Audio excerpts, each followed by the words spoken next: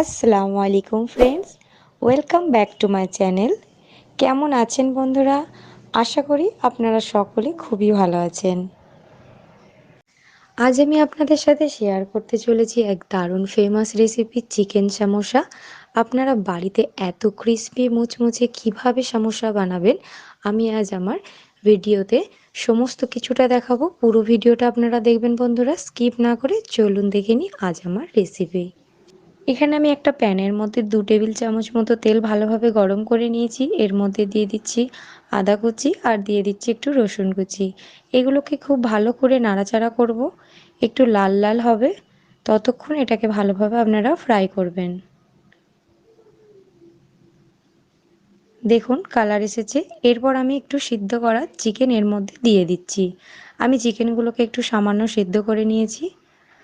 এইভাবে এটাকে একটু ভালোভাবে ফ্রাই করতে হবে।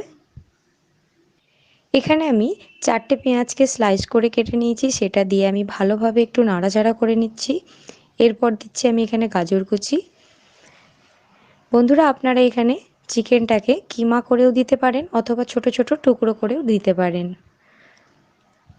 এরপর আমি এখানে দিচ্ছি 1 চামচ গোলমরিচ গুঁড়ো, দিচ্ছি 1 চামচ জিরে গুঁড়ো, দিচ্ছি এখানে 1 চামচ কাশ্মীরি রেড চিলি পাউডার, আর দিচ্ছি এখানে 1 টেবিল চামচ মতো নুন। আপনারা আপনাদের চিকেন অনুযায়ী নুনটা দেবেন। এগুলোকে আমি একটু ভালোভাবে ফ্রাই করব। আমি গ্যাসের ফ্লেমটা একটু জোরে রেখেছি এখন।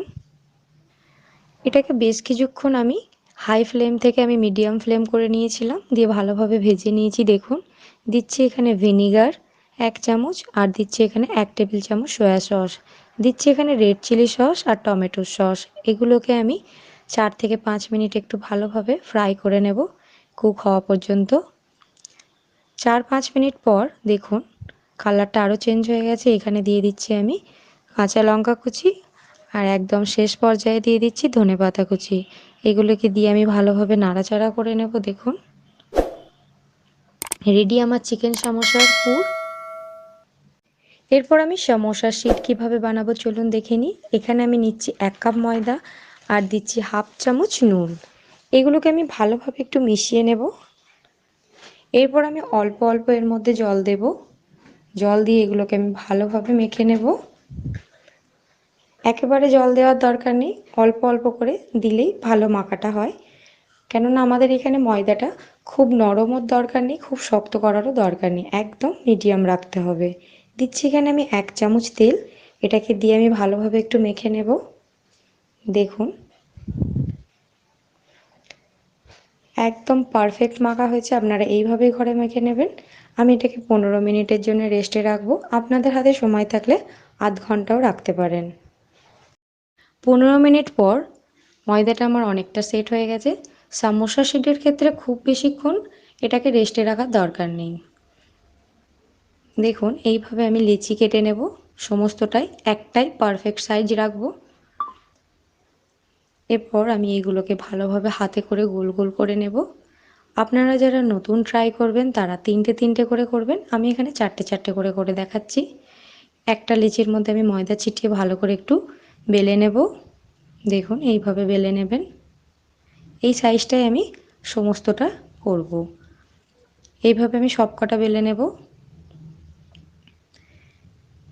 এরপর আমি একটা লেচির মধ্যে নিয়ে নিচ্ছি সাদা তেল, দিয়ে আমি ভালোভাবে ব্রাশ করে নেব। চারিদিকটা খুব ভালোভাবে তেলটা লাগিয়ে নেবেন, আর একটু ময়দা চারিদিক দিয়ে ছিটিয়ে দিচ্ছি। এরপর আবার একটা লেয়ার দিচ্ছি, সেম তেল নেব আর এর মধ্যে ময়দা ছিটিয়ে নেব। এতে করে কি হবে, একটা থেকে একটার গা থেকে আর একটা শিট খুব অনায়াসে ছেড়ে যাবে। দেখুন আমার 4টে আমি ঠিক করে নিয়েছি, সেট করে নিয়েছি। এরপর আমি এগুলোকে রুটির মতো বড় বড় করে বেলে নেব। এইভাবে বেলে নিচ্ছি। এদিকে আমি তাওয়াটা গরম করে নিয়ে এর মধ্যে আমি দিয়ে দিচ্ছি এটা। এখানে আমি ফ্লেমটা একদম মিডিয়াম রেখেছি। রুটিটা দিয়ে ভালোভাবে একটু চারিদিকটা ঘুরিয়ে ঘুরিয়ে নিচ্ছি। দেখুন খুব বেশি সেঁকার দরকার নেই। এরপর অপর পিঠটাও হালকা করে আমি সেঁকে নিচ্ছি। বন্ধুরা, আপনাদের কাছে আমার একটাই রিকোয়েস্ট, যারা আমার চ্যানেল এখনও পর্যন্ত সাবস্ক্রাইব করেননি তারা অবশ্যই আমার চ্যানেলকে সাবস্ক্রাইব করবেন আর পাশে থাকা বেল আইকনটি ক্লিক করে রাখবেন, তাহলে আমার নতুন নতুন ভিডিও আপনাদের ফোনে নোটিফিকেশান চলে যাবে।